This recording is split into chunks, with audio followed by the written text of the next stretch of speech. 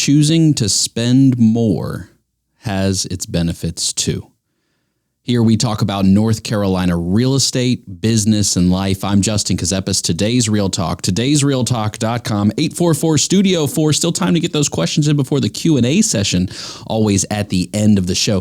We enjoy helping you out.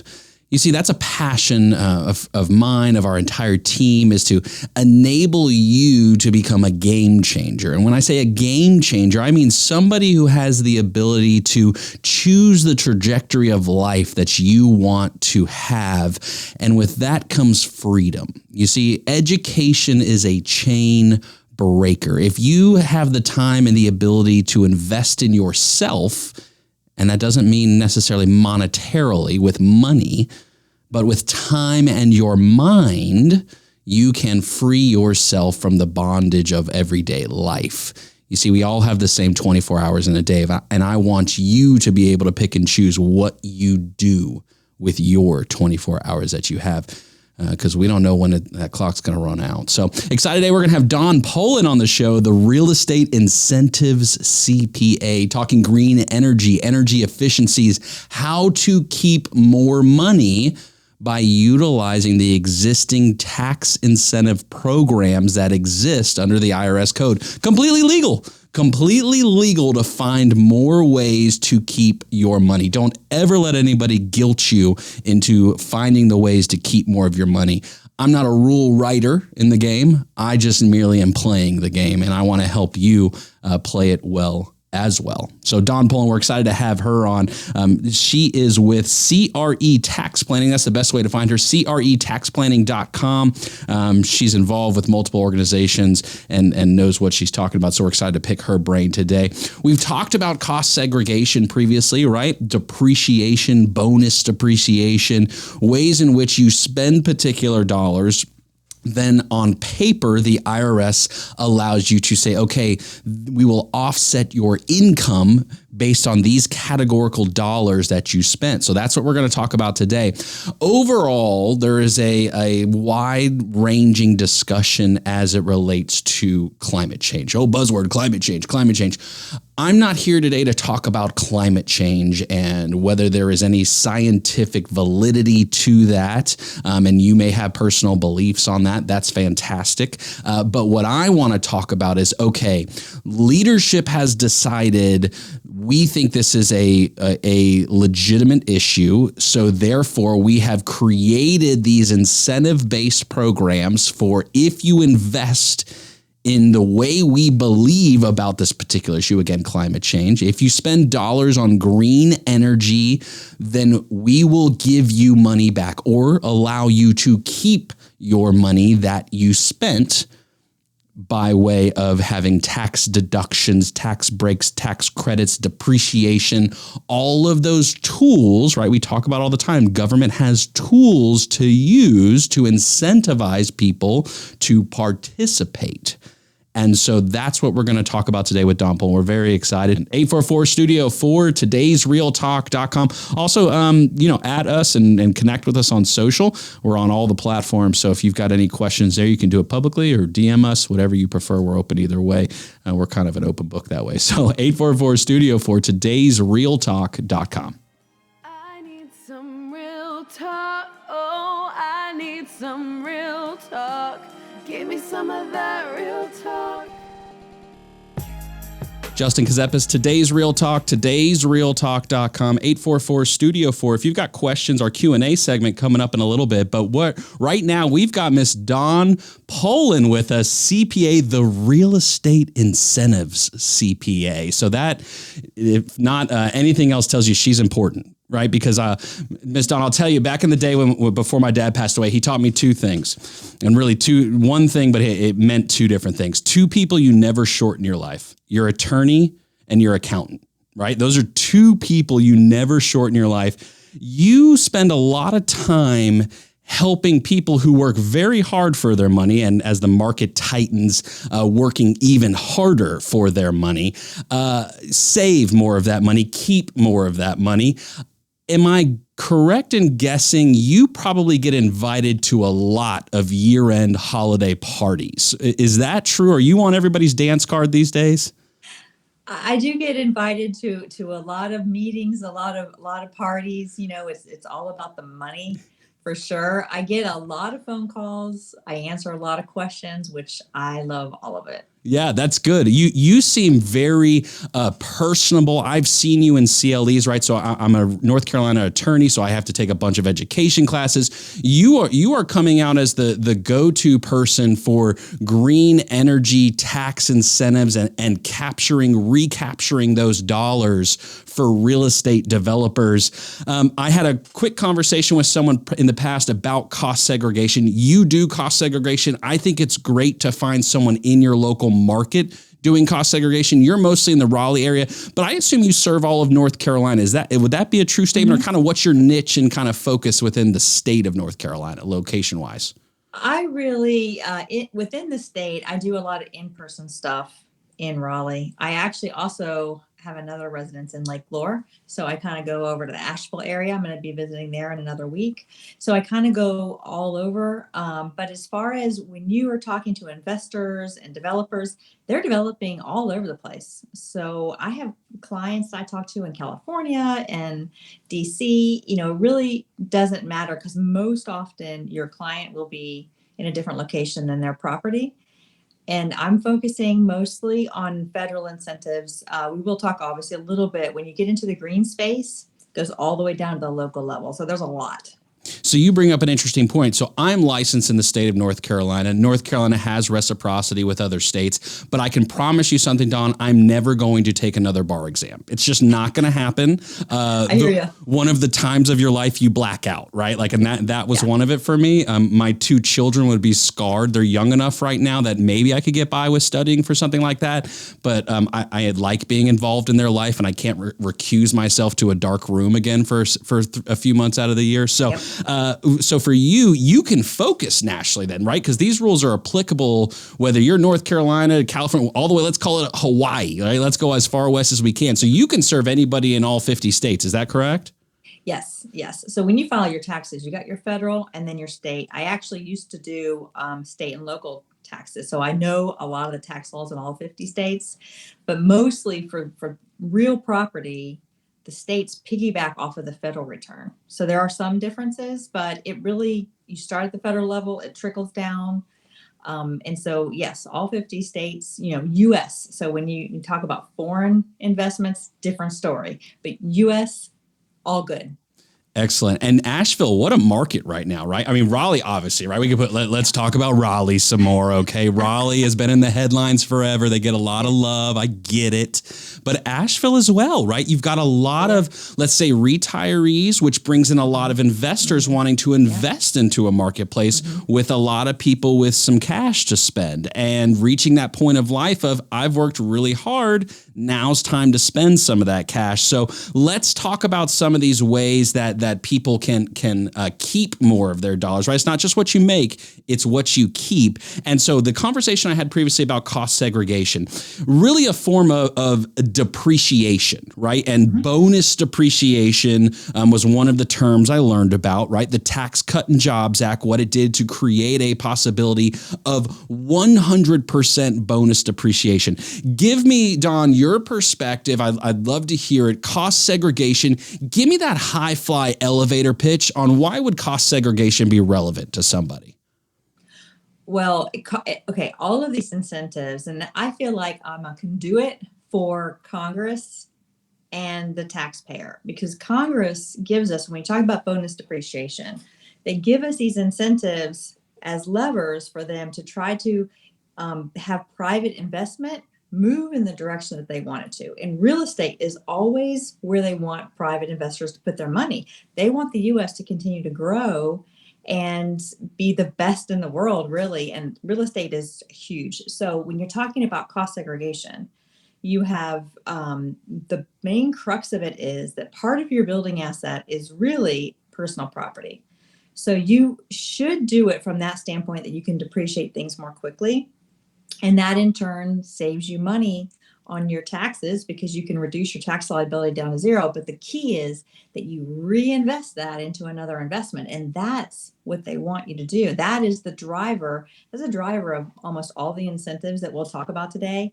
Cost segregation is a little bit different than a lot of the other incentives just because it came out of case law, which you're familiar with that. So it really won't be overturned. It's not a single rule. It is actually the real proper way that you should be booking your building. It's just that when you first buy or build a building, you don't have that data. So you have to have a study done.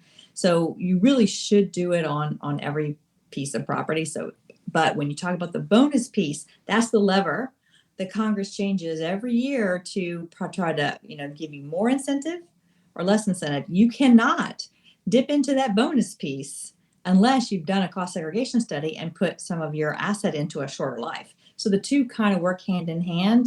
And for all intents and purposes, Congress wants you to be able to enjoy that because they want you to invest in the economy.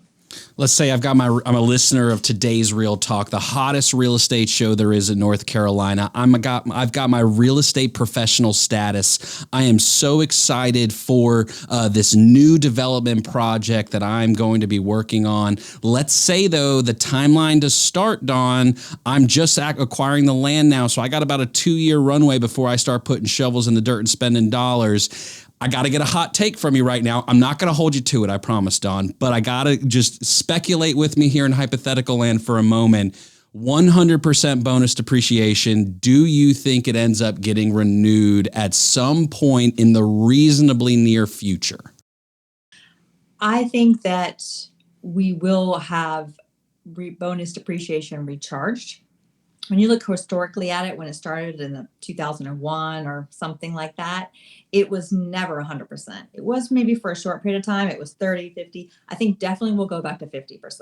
But it largely depends, Justin, on what the economy is looking like at the time. If they need a little bit of a thrust, they'll do it.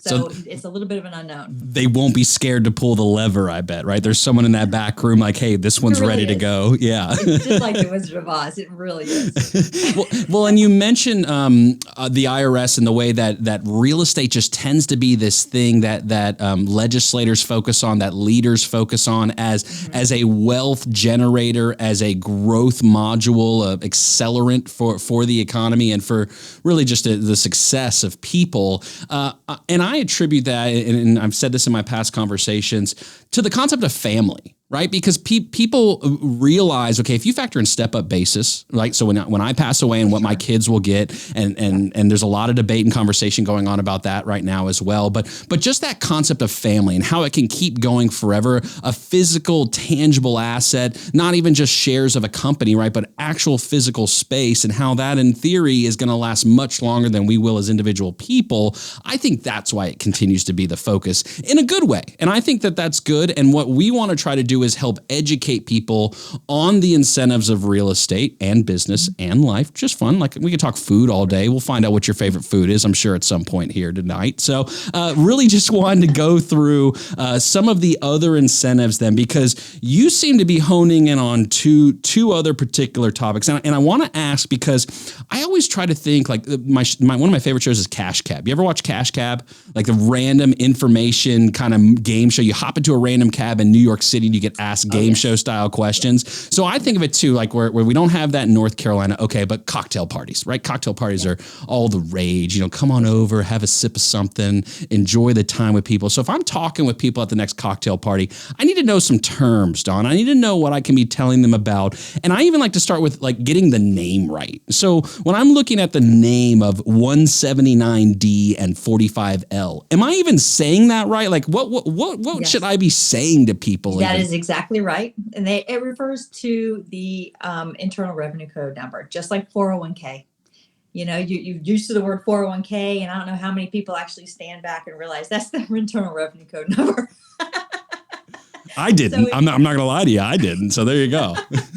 Yeah. I didn't either for a long time. And I'm like, oh, I see. So that's 179D. and 45L are incentives. That's just their code number where they gave them to us. Their birth, so to speak. When's the last time? So what's 179D looking like right now, Don? How am I going to do on this year? Is that how the conversation usually goes? Yeah, that's or exactly how the conversation goes.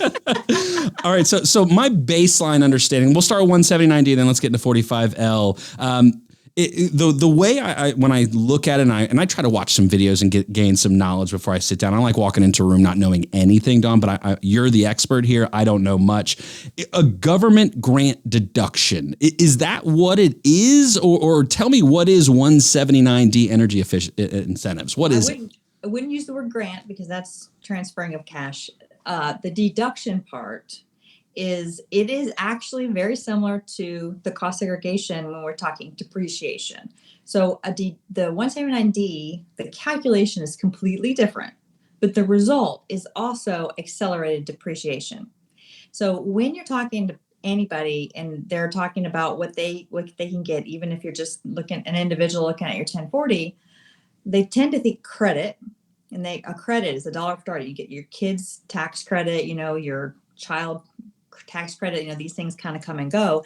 That is $1 by dollar reduction of your actual tax. You owe $100 in tax, less $100 credit, zero. A deduction, though, is before tax. So you have to take your deduction amount, multiply it times your tax rate, and then it looks and feels like a credit because the deduction is kind of like your standard deduction. So off the top, I can take this off the top before you get to taxable income, before you've applied your tax rate. So that is a key distinction here. So we're talking about depreciation with cost seg. We're also talking about depreciation acceleration with 179D. But like I said, the incentive and how you get to that number is completely different. But that's what it ends up being. It's a deduction. So then whenever you think your deduction is, multiply it times whatever your tax rate is. So what happens is you can have a completely different tax rate than me. And so the benefit could be completely different in your hands as opposed to my hands. Whereas the credit to each of us is worth $1 for each dollar. Mm-hmm. So it's a little bit interesting just in how these incentives, how they really give them to us. They're on different platters. So if I'm understanding correctly, and this is the time where you say, Justin, you're wrong, right? If I'm wrong, and that's okay, please do, because I don't want anybody calling me later. You didn't say something right, Justin. So Dawn's going to correct me if I'm wrong here. So if I'm thinking about cost segregation and being depreciation, that is for offsetting income. For 179D, can I have a scenario? Let's say I build a building and let's say things are tight, Dawn, and I'm putting everything I got into this building. I've only got savings I'm putting in. I don't have a bunch of income coming in. Am I able to basically take it all off the table from the IRS and they're going to actually cut me a check at the end there just for being a good citizen and smiling at everybody? Or how does that work? Nope. So what you're thinking about is a refundable credit. There's very few of those. Only like the earned income credit. Do you actually can go below zero and then get money back from the government that you never paid in. So that's rare. But in this case, what you can do, you can go all the way to zero, and then you can hold that it's a net operating loss. It'll just throw you beyond that zero and you carry forward it to next year so that when you do have income, you'll use it to offset that. And you can carry forward for 20 years, just like the net income loss rules in general. So you're saying I can put this thing in my wallet like it's a gift card to a store that I've only visit when I go to my in-laws. And when I come back there one day, I can just pull this sucker out and say, haha, gotcha, was saving this for a rainy day. And I can do that. Yeah. And it makes sense because you as an investor, you aren't going to do anything just to lose money. You are trying to make money. So if you're building a building, initially you're going to be building it. You're going to be paying for it. You aren't going to have any rental income yet from that building. So that might take you, like you said, years to actually get that project going. You're going to be in a net operating loss for a while. And then you're going to start getting those rents in, and then you're going to hold that property longer. And then they are patient. The IRS and the government, they are very patient, and they'll wait until you have that income and they will let you take those losses. Think about the income tax system that we have now. It cuts off every 12 months. I mean, that's a fictitious date. that's not how business runs, you know. So that taking your loss forward until you can use it, it just makes sense. It's funny because you bring up even the dates, right? So I was real estate practitioner, or transactional firm that I exited at the end of 2021, and we started having conversations every year around that August, September timeframe when people get their property tax bills in the mail. So I see a credit and a debit on the closing disclosure. The tax office says that this runs like July 1st through June 30th. Well, yeah, see, that's their fiscal year, but then there's like the calendar year, and then you get a bill and you pay your tax, right? So it's like, oh my gosh, where do the calendars end and start, right? So you bring up a great point there. Let's not go back to the bar exam or the CPA That's right. exam. We'll move to greener pastures here, but yeah, we don't want to think about that stuff. so I guess a little bit of the history here, and if you don't know much on the history of it, fine. But if you do have any knowledge, I just always am curious about the story, right? I like people's stories, where people come from, and so even rules, right? So 179D, there's a lot of things I see about like the Department of Renewable Energy and things like that in the IRS and the history of this. How long has 179D been around? Has it always been kind of there? It's just by a new name? Tell me about the history, if you could.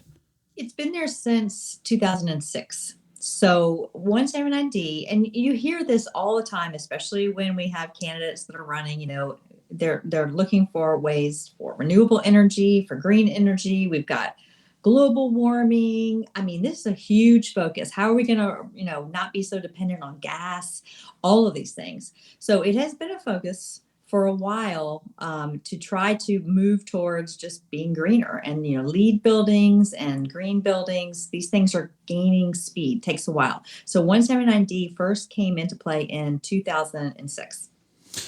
And that's interesting. So yeah, it really does have to do, obviously, with green energy as the main focus here, right? It's an incentive for people to spend dollars on green energy initiatives. Hence why, you know, you go by the incentives and green energy expert, right? Which is good. And there's nothing wrong with investing those dollars into things. It's just always interesting. Like, okay, we're talking about some type of way that it's going to cost money somewhere. And so what leaders have decided is, okay, the cost that the taxpayer will pay on this incentive, deduction, depreciation, whatever way we want to call it, is greater than the potential effect of not using these techniques. And so we see in certain areas, right, it ramps up more and more over time. So I'm wondering then, okay, as a developer, I develop some land. I'm a big dirt guy, Don. I like dirt. I consider it like water. God's not making any more, right, unless he lets the rain come down. It's a finite asset. That's exactly right. And I like scarcity. I read that book a long time ago, and I have stuck to it ever since. Yeah. So what is the easiest way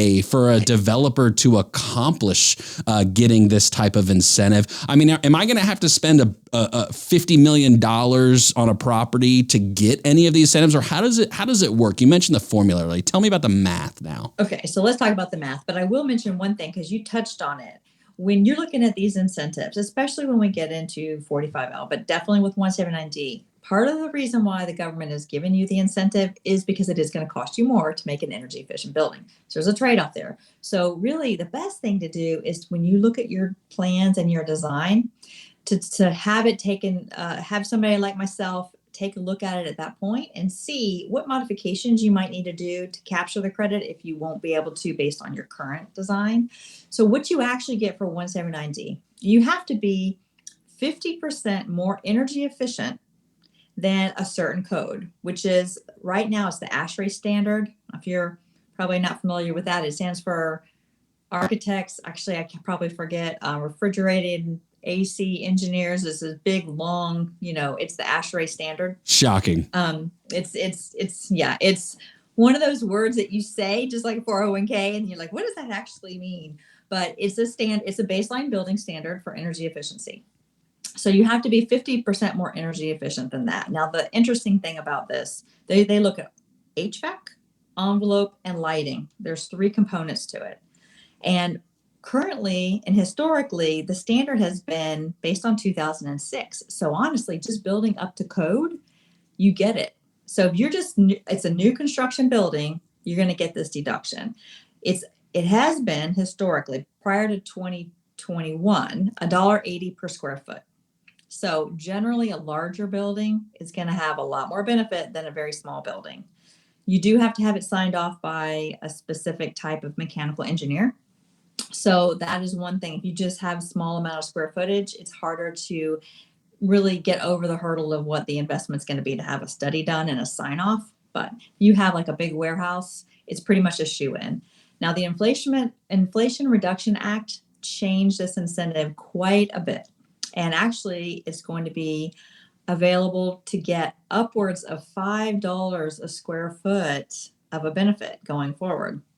You got some people busting out some calculators right now, Dawn, real quick. So okay. Yeah, so it is really interesting. So I really think so. The 179D credit and the 179D deduction, I say that I get myself mixed up too, and the 45L credit have both been part of what you've sure heard about the extenders package every year. We wait to see, what kind of benefits we're going to get on our taxes for the next year. Well, sometimes they're in that extenders package and sometimes they're not. So it's really crippled these two incentives. So right now they're in for all of our back years, and the IRS is consistently a little late. So like they put them in August for like 2022, and it was August of 2022. I said, okay, we'll go back and give it to you. That is standard. So they really haven't taken off. Now the 179D deduction is permanent. So, which is great. So now people can really plan because like you said, it's 2 years before you're going to put that shovel in the ground. How do you know it's actually even going to be in the code in 2 years? I've talked to many people that just say, I can't bank on this. I can't plan for that now and spend this extra cash up front and then not actually get the deduction because it wasn't extended. So now we're going to have the $5 a square foot coupled with it being permanent. A lot more there's already a lot more interest I see in this deduction. There's a lot of little rules and caveats. You have to have, I don't know if I had never really heard this term before, prevailing wages. So if you build a governmental building and there's other green energy incentives out there, that basically the government has a list of what they consider to be a minimum wage to pay your contractors and your subcontractors. If you aren't, that's got to be a fluctuating list right now. My goodness. Yeah, so that's a big question mark. Big question mark in the industry as far how do you document that? What do you do? If you have to have these prevailing wages and basically be paying all of your contractors and subcontractors well enough in order to get that. If you don't meet that requirement, you can still get it, but it's not even going to be $1.80 anymore. The max you're going to be able to get is $1 a square foot, but you can still get it. So it's interesting. So how do I get $5 a foot? That's what I think. Like the moment you said, okay, $5 a foot, Dawn, I'm a developer. How do I get it? Give me the sweet sauce, Dawn. How am I getting $5? How do you get it? Well, you need to be right now. The standard for the reference building is based on 2007 standards. So honestly, if you're building up to code, you're most likely going to qualify for any new construction.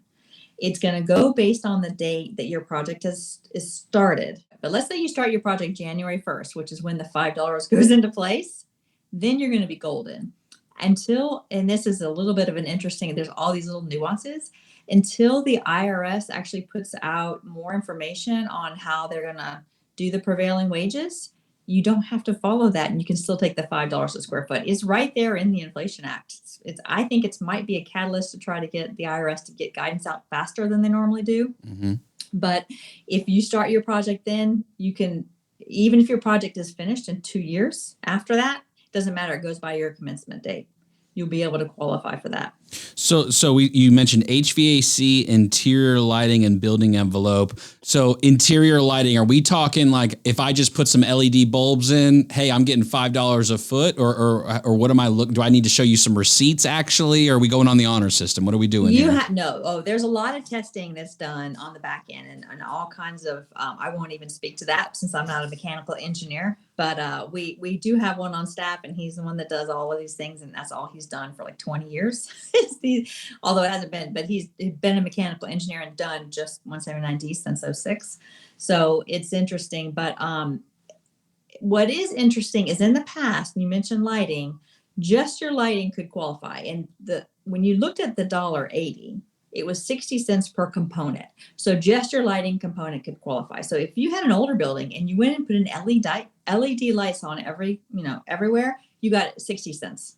You just automatically. Going forward though, they are going to look at the building as a whole. So it has to, your lighting and your envelope and your HVAC, they have to be working together, and they have to make the building at least 25% more energy efficient. So actually the scale goes down a little bit. It used to be 50%. And then you get less of a deduction though. And then you can move upward to that 50% range. And it's this whole sliding scale. Mm-hmm. So it's going to be calculated a little bit differently, but basically you just want to be 50% is your goal, more energy efficient than this reference building, which is built on standards from 2007. What I have seen is that you'll pass just by meeting code. And that's interesting. And the way you describe it, because I don't want people, like some people's heads are spinning, right? It's always funny when I hear people say, oh, math, I can't do math, which we can have an education conversation, how we need to implement some more math strategies, right? In the education sphere these days, because of how important it is. But this is where it comes down to everyone's situation is unique, right? And every building is unique. Every design plan is unique. All the materials are unique. And so what I learned about cost segregation is, it's not just like, oh, I'm a 20-year expert, like as if I'm testifying in court, right? I'm a 20-year expert. I'm going to say that's worth $2 a foot. I would imagine like cost segregation, there's some standardized numbers that, yes, as an expert, it matters, but there's some type of formulaic system and based probably on like some product lines and some like when we look at details of a light bulb, like, energy efficiency and all that, like we we're talking about, I imagine that a lot of that comes into this conversation. Would you say that's true? That is true. That is true. And so you actually are completely right. You're looking at certain products and you have to document that those were the products that were actually put in the building and they were built, as they were planned. A lot of visiting the building that the engineer does is making sure that the plans and what you plan to do was actually what you did do. So documenting all of that kind of stuff. But what is interesting is one of the areas where they're waiting on guidance from the IRS is that they're thinking that maybe you're really going to have to prove these were my electric bills the last 12 months. And after I made these changes, here's my electric bills the next 12 months. And I've proven that I'm now 50% more energy efficient. And with rising energy costs, these formulas, Dawn, they're just getting deeper on it. They're just getting deeper. Yes. Well, what I tell everybody is that don't worry about all the back end. I mean, you do need a basic understanding, but the best thing is just to have somebody look at it. And I mean, all firms, including ours, we would take a look at it and tell you from the onset, yes, no, before you've ever decided to move forward. So that is the best way. We had one recently, which is a great candidate, manufacturing lots of square feet, but they're manufacturing a product that generates a lot of heat. So they didn't put an HVAC system in there. So that made the HVAC system obviously doesn't exist. They can't get that component. That made the envelope fail because those work together because they've got, so they only got lighting. But we can see that from the drawings. We know that before we've ever started and done anything. So you guys should be really in on the conversation. You should be at the table at the time of architecture design is what it sounds like. Yeah. Wow. Yeah. And that's where the planning comes in, Justin. That's why I have been moving. When you think about cost segregation, a lot of firms are at the tail end. A lot of CPAs get their information from their client. Let's say you're my client and you told me after your building is done, and now you're talking to me the next year, giving me your information, telling me, hey, built a building. Well, I was not able to help you at all with grabbing any of these incentives that you needed to think about in the design phase. So when you're just focusing on cost segregation, that is what tends to happen because you can easily do cost segregation way after the building is done, even if it's been up for several years. But a lot of these other incentives, you have to be in front of it. You have to really sit down. And that's where the tax planning piece really comes into it. And even with cost segregation, if you move what I call upstream and get in the table initially, you can affect change because then that developer, that builder, that investor can plan for that tax savings and then put that back into the project. I think as interest rates started to rise, and I don't call it a bubble, this is nothing like 2008, right? So I grew up in real estate. My dad was in real estate my whole life. So I'm very familiar with the cycles of real estate personally, like, hey, food on the table at home, right? I'm very familiar with the cycles of real estate and the effects that can have. It's the concept, though, of when you're looking at a project as a whole and you want to get high rents, because that's what everyone's kind of concerned about right now, right? The rising cost of rents and as interest rates rise. It's kind of like no one wants to touch the ball right now of, well, we got costs. It costs more for us to build this project. We got to charge you tenant more money to be in here. And people who are manufacturing are like, hey, labor's getting more, we're trying to get supplies from everywhere. Everywhere is kind of costing money. And so this is that concept, real practical effect of inflation. So planning for, hey, I want to get top dollar rents. You're going to have some top dollar things put inside of these units now, because people are spending so much money. They want some kind of justification. I think back to when like a lot of properties, and I don't want to say a lot, it just depends on your area you live in. I don't want to make it sound like everyone's got it, but like granite countertops, right? Like that seems to almost like in new construction be like the norm. Like, yeah, don't even tell me about granite. Like, don't even try to upcharge me on granite countertops, developer, builder. Like that's standard. Like, come on now. Yeah. You can put it on paper all you want, but we all know the game. I'm curious about building envelope. You brought that up, and me being a dirt man, I like dirt. Like I said, I've got some projects I'm working on where it's all about dirt, right? And the envelope of a build. Is that what we're talking about? Like, are we talking about the dirt, or what do you mean by building envelope? What does that mean? I really literally mean the four walls of a building and the foundation. So literally the box, we'll call it the box. Literally the box. So when you're looking at dirt, the first thing you have to do is site improvements. So it really doesn't have anything to do with that. When you're looking at 179D, you're looking at literally just your building structure, and your envelope is just your box. And so like if we're talking probably insulation, is that what we're thinking of envelope? Insulation, leakage, all of that. Exterior, is exterior part of this conversation, or no? Like the siding of the building, or no? Is that not? We wouldn't put that. It's really just how much of the energy that you're putting into it to heat and cool it, how much of it is being retained versus leaking out. So your doors, your windows, I mean, all of these things are going to help you to have a more secure, energy efficient envelope. So if I'm calling you and say, Don, I got a new project, and you're like, sweet, we're going to get our mechanical engineer out to take a look. Is somebody showing up on site with like a hazmat suit on and like the radar guns, like testing all this, or is it more like math? What are we talking about? Not for 179D. Now for 45L, a lot of these things that we're saying are going to be different. So for 45L, the answer is yes to that.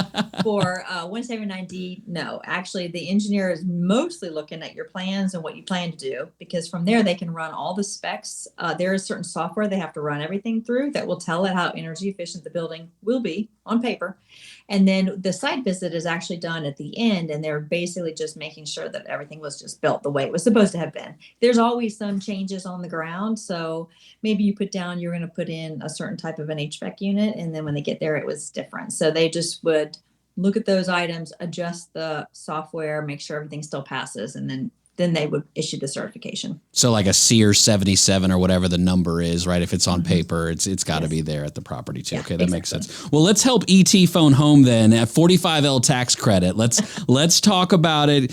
Give me the history of 45L. I'm sitting around the cocktail party. 2006 was a great year because 179D came about. Now let me talk about 45L. Teach me about the history of 45L. How long is it new or no? Tell me about it. It's not new, but I will admit I don't know exactly what year it came out. I will say that it has. It's one of these credits that hasn't taken off. And I wouldn't say that there are some like large home builders. They've been able to take it, so they get a system down. But what the 45L is, it's for residential properties. So it's for tract home builders and apartment builders. Apartments are actually really great because what you get is, historically, was a $2,000 credit per door. Each door had to pass, and you can do some sampling in there. So, but they do literally go in and do blower testing, ceiling testing on these different units, and you can have unit A fail and unit B pass. So you might not get the credit for all of your units. It also depends on how much sun is shining on a particular unit. If there's a tree outside the window, like it's really interesting and intricate the way they do it. So 45L is a little bit expensive to get the certifications. But if you have like a 300 unit apartment complex, you're talking about a $600,000 credit. So we're talking about big money. But that was historically. 45L is changing dramatically. It's the most dramatic change that's going to happen starting 1/1/23 from this Inflation Reduction Act. And now it's going to be aligned with the Energy Star certifications and the Zero Energy home building. I can't remember all of these acronyms. I will be honest with you, but there's a Zero Energy Home Builders certification. It's also attached to Energy Star. They are going to be tied together. So if you are going to go for Energy Star, and a lot of these big home builders have, because Energy Star sells itself to the consumer. So they're already getting Energy Star. So you can get, it is, instead of, it's $2,500. Wait a minute, it might be $500 to $1,000. So the credit goes down, just like 45L, if you don't do the prevailing wages. Mm-hmm. But if you're paying all your subcontractors and your contractors prevailing wages, you can get up to $5,000 a door. So it's either $2,500 a door if you're doing Energy Star, or $5,000 a door if you're doing the Zero Energy certification. So it's very interesting. Now, those are pass fail. There's not necessarily a sliding scale on this one between the 2,500 and the 5,000, but it's just the two different standards. So what will happen though is that you need to talk to your Energy Star providers, and you will have them do it and give you certifications. There's a different software package they have to use, the ResNet standards, and they have to be what's called a HERS rater. Mm-hmm. Then they will be able to do that and wrap it all in. And that one is, I would say, the biggest thing, if you're interested in it, if you're building apartments, is you need to think, if I'm going for $5,000 a door, think to yourself, the reason why Congress gave you so much money is it's going to cost you money to actually get up to those standards. Those are tough standards to get up to. They're great. What I have seen historically for 45L is that if you are not installing an HVAC system, you mentioned the SEER rating. If you are not installing a SEER rating at least 2 above standard code, you will never pass. So think about that now when you're going to the Zero Energy standard. I can't even imagine what kind of a SEER rating you need to put in. So it's going to cost you some money. It's going to cost you part of that $5,000. Well, and the risk, I mean, you're talking about some risk right now, right? Where if 179D and cost segregation is just numbers on paper, we're talking about getting rated. So at first I thought you were on everybody's dance card. Give me a war story here. Have you had to call someone with the bad news? Hey, report came back. You failed the test. Sorry, you're not getting this. Do you ever have to make that call? I have had to tell people that for sure. However, it has been different. So I think going forward in 2023, because this is going to be looped into Energy Star, what happens is those people have to go out and look at it multiple times throughout the whole build process. So they're going to charge you differently. They're going to charge you for their time, whether you passed or not.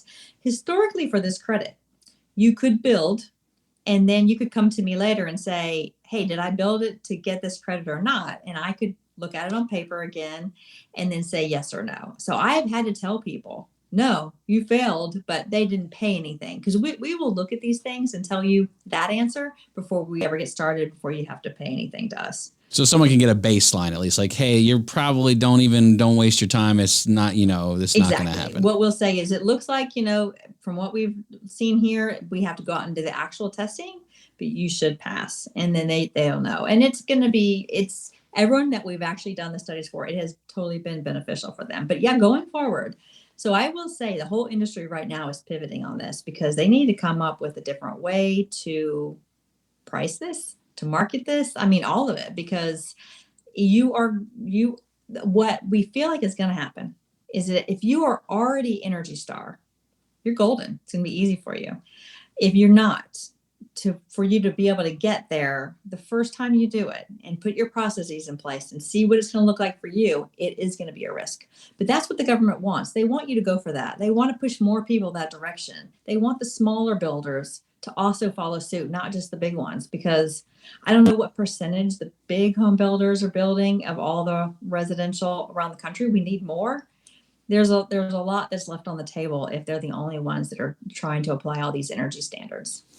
Well, you bring up a good point, right? Because if we're trying to bring this down to, let's say, a mom and pop level, talk to me about your typical person who are using these things, right? I can imagine, okay, cost segregation is relative. Maybe you've got a much wider spectrum of people who utilize that. But looking at 179D and 45L, who's using it? I mean, are we talking these mega hedge fund builders and massive people, your most sophisticated developers?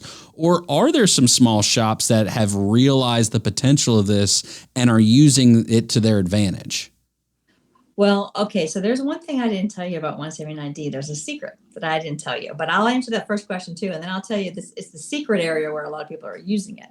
So what I see for people that own their own properties, I see it just manufacturers is what I see are the most user, potential taxpayers that are going for that because they have a lot of square footage. So when you think about an Amazon warehouse, something like that, the more square footage, the better.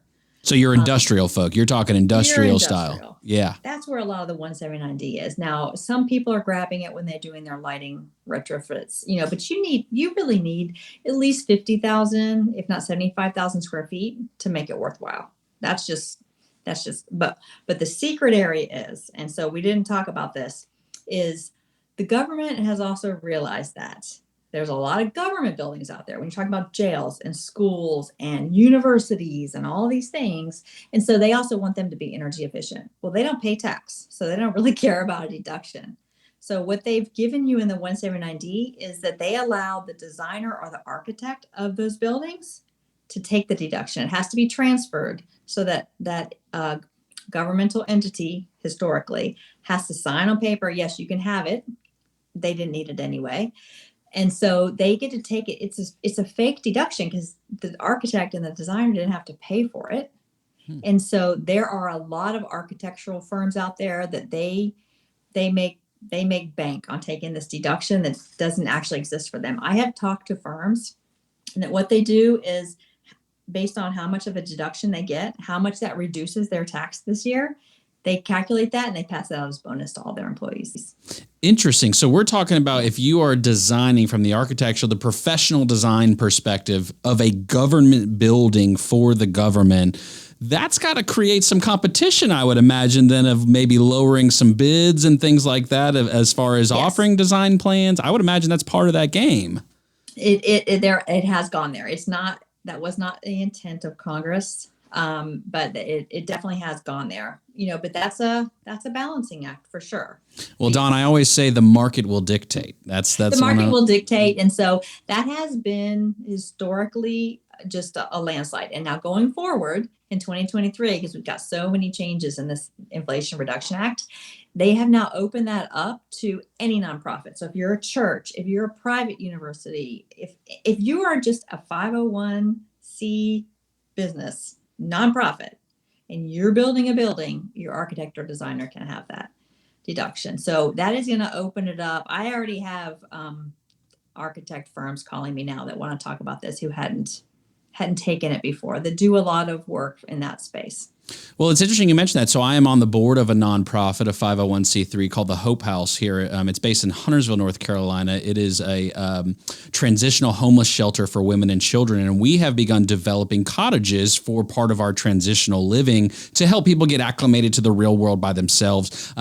We don't take a housing first approach of just stick people in hotels and stick people in houses because we believe in the necessity of life skills, right? Like when I went off to college and I was coming home still to ask my mom to do my laundry, right? That was because I didn't have that skill yet. And then it wasn't until I got married that I was finally taught that skill. And sorry, Mom. And she taught me, but I just didn't listen as much then, right? I don't know. Different conversation. I'm already put my foot in my mouth too much right now, Dawn, but I'm going to back up a little bit. But the point being, okay, so we work with some architects. So this is good to know when we're talking with our business partners in the sense of, or sponsor partners, donors, right? That want to help facilitate and provide a good thing to the community where they reduce their price for us, but this is a way for them to earn back too. And that's phenomenal. That's great. So I'm very grateful that, thank you. See, this is Dawn. This is why you're the best. You see, you're giving me stuff I didn't even ask for. Thank you, Justin. And now I'm going to go back to my next board meeting and I'm going to look real good whenever I do this. So I appreciate that. So real quick back to 45L tax credit. So again, I'm trying to wrap my mind, depreciation, deduction, credit. How's the credit work? Is this a long lasting, live on and forever, always good? Or how's this category work? Credits can also move forward for 20 years. So you don't have to worry. You won't get money back once you go below zero, but you just hang on to them, use them the next year. I mean, they are going to offset your tax dollar for dollar. And if you have partners, if you have a partnership, it's going to flow down in the partnership allocation percentages to each of your partners to use. So there's a concept of cost segregation. And when we talk about depreciation, recapture tax. Is that a factor in this too? Are we lowering our starting point of our basis for the gain in order to recapture? Are we looking at that in the long term as well for these categories and these incentives too, or is it different? Yes. So when you're talking cost segregation and you're talking 179D, because it's a deduction and it comes off of your basis, it's actually in the form of depreciation, then yes, you're subject to recapture tax. 45L, they used to make you, so 2022 and prior, to reduce your bases. And now they've gotten rid of that for 45L, which makes sense, which is interesting because low income housing credit, for example, that credit is calculated on the bases. So by taking the 45L credit in conjunction with that and then having to reduce your bases, in effect lowered your low income housing credit. So they've done away with that, which is great for the 45L. But here's an interesting thing to think about with recapture. So if you hold your building long enough, so everybody knows we have the net investment income tax now, 3.8%. If you're passive, so there's ifs here because you talked about you being an active real estate professional. If you're passive, you're going to get hit with that. And so your recapture tax on straight line depreciation, which over a period of time is most all your depreciation, is 25%. And that doesn't get hit with the NII. But if you do capital gains at 20%, and then you get hit with NII, you're only 1.2% difference. So to be honest, I wouldn't worry too much about recapture unless you're going to sell your building in less than 5 years from the time you did your study. So you heard it from Dawn first. Don't believe the headline. Invest in real estate. Don't stop. Keep pouring into it, especially for North Carolina. Dawn, I grew up in North Carolina. This is home for me. I love North Carolina. I keep trying to emphasize to people, we are at such a pivotal point as a state right now. We have such an amazing opportunity ahead of us because of the shift of population we've seen now in a couple of years. And I think and I don't get into the politics, but I like focusing on policy, actual practical effect of people. We are a good middle of the road, have a real conversation state, and let's see how it actually affects the citizens. And so right now with the population increasing, infrastructure is going to continue to be a major, major, major aspect that we need to do. Dawn, I really love the idea, and I'm going to throw it out there. And I don't know if you have an opinion on this in any way, shape, or form. I just like random hot take thoughts. I want a commuter rail that goes from Charlotte to Raleigh so we can all be friends. That's what I want these days. Yeah. And things like that are going to help other buildings and other areas begin to grow when we have those mass transportation opportunities. So I hope that our leaders continue to make good decisions moving forward and these type of incentives. Now, real quick, we've been talking federal a lot. Is there any kind of hot and fast rules on state that you can give us? What are we or local even? I don't know if there is anything even more local. Let's talk, hey, what about solar? Solar's been a hot topic for a while, Dawn. What are we looking at? Is everyone, is Duke Energy getting mad at everybody or what? Where are we at? Solar is an interesting one for sure. And I will be the first to admit I can't keep up with all the different incentives, and I'll tell you where you can go for that.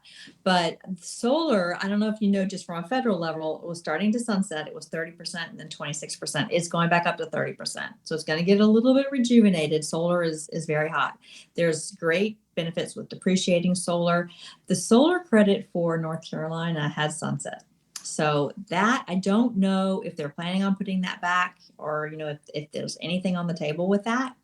But there is, and I have been working with them because I love the concept. I love the concept of all of these incentives, but it is too much for one person to keep up with is the Incentive Find database. And so it is incentivefind.com.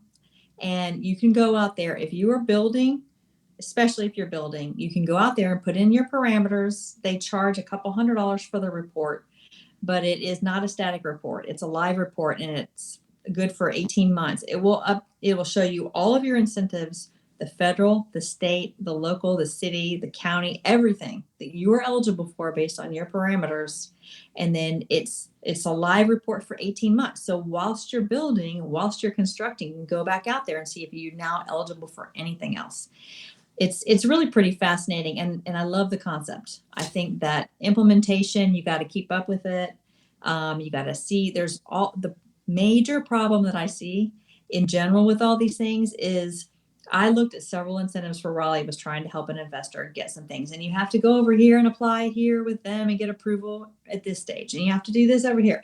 So you I found you kind of need to hire someone to just do the paperwork, but knowledge is power. You can decide whether it's going to be worth it or not. And, some of these things will get easier and streamlined as things like this database come up to try to help people capture these things. A lot of them don't get captured.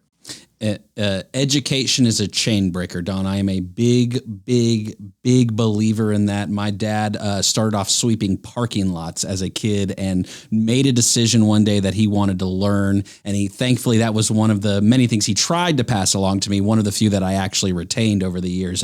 Education is so important. And one quick note I want to mention, I don't want to leave out Asheville too from my light rail or my commuter train equation I had. I want Asheville involved. I want Greensboro. I want Winston. I want Durham. I want the whole triangle. I want Fayetteville, Wilmington. Let's connect as a state, right? Let's start talking as a state about these things. I really awesome. We do have the Amtrak though. Yeah, I know, and I like. Don't get me wrong, Dawn. I prefer just like a little bit more kind of new schoolish kind of tone to it. Maybe I don't know. I might be bougie that way. I'm bougie. I'm sorry. Yeah, look. But the overall, if I think about an overall theme of today in our conversation, you fail to plan, you plan to fail. That's what it seems to really come down to, Dawn, if I can say that. Now, if people want to get in touch with you, because as I think they should, where should they go to do that?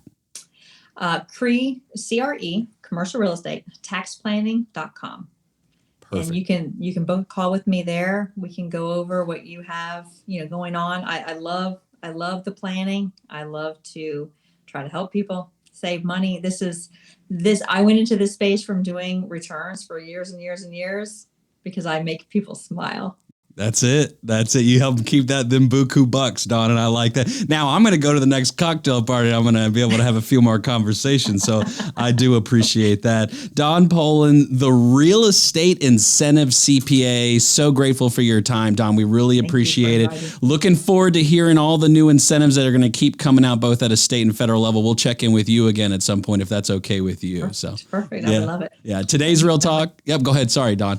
I don't want to cut you off. Thank you. Today's Real Talk, today'srealtalk.com, coming right back with the Q&A session.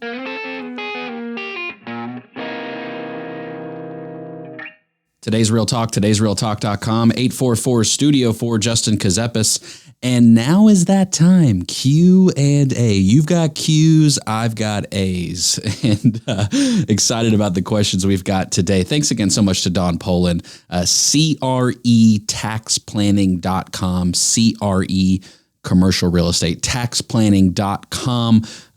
What an incredible knowledge base that we were able to gain today, thanks to her. So if you're looking for someone to learn more about cost segregation, 179D energy incentives, 45L tax credits, Dawn Poland, CREtaxplanning.com. So gracious for her time. We appreciate that. I got the questions here. Are there any good courses you would recommend to help with learning real estate? Are there any good courses that I would recommend to help you with learning real estate? I don't like to recommend specific courses by third parties that I don't have a business partnership relationship with. of which we would always disclose that, there are people that we partner with at a business level who pay for advertising based on our show, and brokers that are able to tout their knowledge of their particular markets. I'm not hiding the ball on any of that. So I think courses are one of those areas, though, that has a lot of saturation. What I mean by saturation there are a lot of course offerings. There are a lot. And there's a lot of different perspectives, a lot of different aspects, many of which are touted on a personal individual's knowledge and experience in a particular sector or a particular market. So what I recommend when I'm looking for a course, because I take courses too, right? I hold a North Carolina broker license. I have for over 10 years. So I have 8 hours of continuing education that I'm required to take each year. I have an attorney's license here in North Carolina. I am licensed by the North Carolina State Bar. So I have continuing legal education that I must take each year. And then I enjoy just learning. So I find courses, being a lifelong student, right? It's maybe not for academia credit, for a sophisticated degree for me to hang on the wall. But I do enjoy learning. So I do try to keep a pulse on what is available from an education perspective in the marketplace. And what I always recommend is start with, if it's going to be real estate, right, because that's what we're talking about, business kind of can be a little bit different, but I'll focus on real estate. You got to focus on your particular market, because I have found in courses I've subscribed to and purchased, and even free courses that given my personal identifiable information in order to obtain, the content was so generic that I could have accomplished the same learning lesson with written word and a Google search and probably a 30, 60-second video on YouTube or any other video streaming platform, as compared to paying for or subscribing to a particular course. So I like very specific geographic territory-based courses. And I also like courses that have been vetted by third parties. So for instance, if there's a course that offers continuing education credit for brokers in North Carolina, I like that, because that means the Real Estate Commission has reviewed the content of that course, and it has met lowest possible threshold standards. And I'm not saying the commission has low standards. I'm just saying there is a baseline, right? There is a baseline, at least when a third party agency, government entity, regulator who has reviewed the content to ensure that it meets at least minimum standards. And so I like that. What I'm finding more and more, though, in courses, again, is a lack of specificity to a geographic territory, particularly North Carolina, because that's the market we are in. And that can be frustrating, because if you've got more of a national style course, a lot of it may generically be applicable. But if you are already an intermediate, or let's call it even advanced level, and you want specific knowledge, that, in my opinion, is where most courses fall short. And so if you're at that intermediate or advanced level, I can't stress to you enough the importance of connecting with people. And the likelihood is, if you're an intermediate or advanced level person, and I'm not talking about you consider yourself to be, if you've got knowledge and based on your experience in the game. I know people who have been in a couple of years that I would consider advanced, as compared to people who have been in for decades who I would not consider even being beyond a novice. So I don't think necessarily length of time is always the identifier.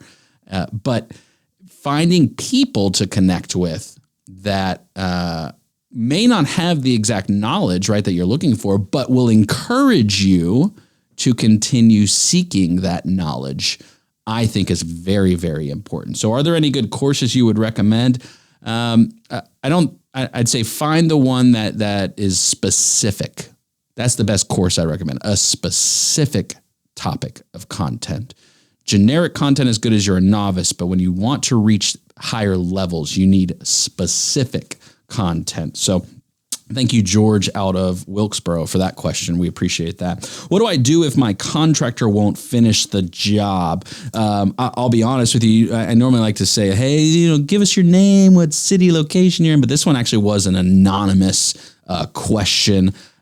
Given the question, what do I do if my contractor won't finish the job? I can't blame them. This is a tough question. This is one where, wow, what if my contractor won't finish the job? Through when COVID started, right, we saw such an uptick in real estate investment, people entering that space who had never touched it before. And so we had so many flips. Again, kind of similar to a pre-2008. We had so many people trying to be investors in real estate, wholesaling, which we could spend an hour talking about. A lot of different areas of investing in real estate, which a lot of those projects required some form of upfitting, construction, or even new development. And so you have to, in North Carolina, if it is a job, $30,000 or more in work, it's kind of a baseline threshold of you are required to work with a general contractor. There are some exceptions to that rule, and then there are also some less than $30,000 thresholds that still require you to work with a general contractor or specific tradesperson to complete that work. And so what happened is these contractors, some of which aren't bad people. Let me be honest with you. A lot of these people aren't, trying to scam everyone. I don't think that's the intention of all of them. A lot of them, a vast majority of them, though there are always scammers in the world. I think some people just got over leveraged and overextended. And so we saw, I particularly heard, in my transactional firm before I exited, got a lot of calls from people about contractors not finishing the job. Let's say for repairs, even in order to complete a closing. Due diligence repair requests not being completed because contractors just were flaking. And so it begs the question, what do I do? What do you do if you've given someone, let's say, a $10,000 deposit on a job worth $50,000 and the contractor's just not calling you back, or they're not showing up and they're not doing the work that they told you that they would do? And maybe you even signed a contract with them to complete. So what do you do? I'm not a litigation attorney. There are litigation options out there. Anytime you sign a contract, and there are certain situations where even if you don't sign a contract, there is an implied contract. And so litigation is obviously an option. But I think of it more on the practical side of, okay, what's it worth? If I gave someone a $10,000 deposit, that's not a little bit of money. So let's be honest, that's not a little bit of dollars. So litigation is always on the table for enforcement purposes. But there's other things too of, okay, what's it worth for my time and the headache? So that's a hard question. What do I do if my contractor won't finish the job? This is why it's so important to find reliable people. And when we talk about a market where there's a labor shortage and everyone's just like, no, I need it done tomorrow, so I'll take the first person I get, right? It's very hard to stay true to a mindset of I'm going to obtain 3 quotes. That's the way I was taught, right? You always get multiple quotes for a job, but when you're needing something fast, that can be challenging, and it takes discipline to stay on that path. So seek legal help, obviously, is one answer. I think you definitely should talk to an attorney, just because for legal peace of mind, just to know what your options are. And then it becomes a cost analysis, right? Because what's it going to cost you to track down and force the contractor to do the work, if you even can, right? Because if a lot of contractors, live job to job. And so if there's really no money to be had, and if you're really not going to get anywhere, the unfortunate and the hard truth is sometimes it's better to cut your losses. I'm speaking from experience partially on that in certain points in my life too. And it's difficult, and you've got to make that choice. Because again, I don't think everyone who falls short and fails at business is necessarily a bad person, or maybe they didn't start as a bad person, or maybe certain decisions as it relates to you, that they weren't being a bad person. They just, we all have a fight or flight mentality depending on our personal situation. And when things get tough, things change, and money changes people. We know that's been true since the beginning of time. And that's unfortunately going to be the case forever. So I feel for you, whoever you are, Anon. I hope that you get the help that you want and that you paid for. That's always what it comes down to. You just wish people would do what they said they would do, especially when you're paying them to do it. So I wish I had a better answer on that one. I really do. What sector of real estate do you think will be most volatile in the short term? What sector of real estate do I think will be most volatile in the short term? I think the biggest question in the short term is office space. Return to office and what COVID did with remote work. I'll share you a little insight with my personal experience. So my mom has worked from home for years, for decades, really, to be honest with you, on and off for decades. She works home. She works in technology, so it's a little bit different for her to be able to do that. And she's a good worker. She's a hard worker at home. It's one of the people that taught me what it means to work hard. And so I don't think necessarily remote work is bad, but for real estate, right? You've got companies that pay for office space. We're seeing all the layoffs. We're seeing the companies not renewing leases or breaking leases and willing to pay the penalty for it across the nation right now. So back to office is going to be a big question. And I think as the financial sector, particularly as just the economy in general, starts to shake out, and let's see where it lands, because there's a lag effect, right? There's a lag effect to the moves the Fed's making and how that affects the markets. And so if let's assume a 6-month lag, okay, where are we going to be at 6 months from now? That's very difficult to predict. Will employees still have the major leverage over employers?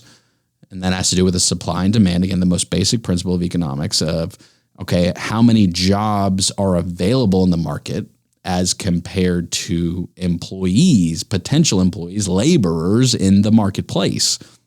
And so if the trend continues of there being so many jobs available as compared to employees and potential workers, i.e. a limitation of supply of workers, of laborers, then they will continue to have the control in the scenario, and employers will have to continue to pivot and make some unprecedented, never before thought to have had to make moves.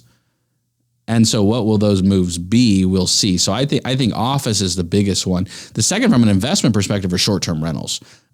Two main reasons. Number one is, will people continue to travel? Will pocketbooks be so wide open and people be willing to spend dollars on traveling throughout the year and into even, let's call it, next year? Because again, you've got to have more of a long-term outlook on short-term rentals. And so that will be a big question of, are people over leveraged on the investment properties they bought as short-term rentals? Big question. The second piece of it is regulation. If you bought a rental property within an HOA, within an association, and we talked with Jim Slaughter previously about HOAs and the ability of an HOA to limit someone's rights and ability to keep that property as an investment property and allow for short-term rentals, you could be in a world of hurt. And you may have to pivot. You may have to pin it to a long-term rental instead. It could get even more drastic than that, depending on the associations that say, okay, we're going to limit rentals in general and want primary residences. We don't want to allow rentals. I think we will see some lawsuits. I think we will definitely see some case law. And that will be some question, because if you bought a property at one point when there wasn't a rule in place, but then a rule subsequently came about later, that's ripe for a lawsuit. And then there's probably some precedent on the books in some way, shape, or form, but have the courts shifted at all to where they will take up the question again if they have already previously heard the question, is an entirely different matter, and that's going to depend on your individual district. And that's why I follow the advice of my grandpa: vote early, vote often. So, because it makes a difference. And yeah, we do vote for judges. So keep that in mind as well at the local level, right? at the local level. I think local levels are what drive markets. What an introspective day today. I'm going to be honest with you. I'm mentally exhausted at this point based on the conversations, not in a bad way, but because of there's so much to do and so much to learn. I appreciate you being on the ride with us. Hope your day's going well, and I hope you've got some exciting things planned. Let me just say on a personal note, enjoy the family time. Right? If you're with your family right now, just turn to each other and smile and just be grateful you're together. Life is short. Let's be joyful to be together. If you're not with your family, give them a call. Shoot them a text. Don't text while you're driving now, but give them a call today. Don't let the day slip by without just saying, hey, maybe there's some relationships that you've been thinking about and you want to reconnect. Just on a personal note, I'd say give it a shot. What's the worst case that could happen? Justin Gazepis, Today's Real Talk, todaysrealtalk.com, 844-STUDIO-4. Give us a call, info@todaysrealtalk.com. Drop us a line. We look forward to talking with you again soon.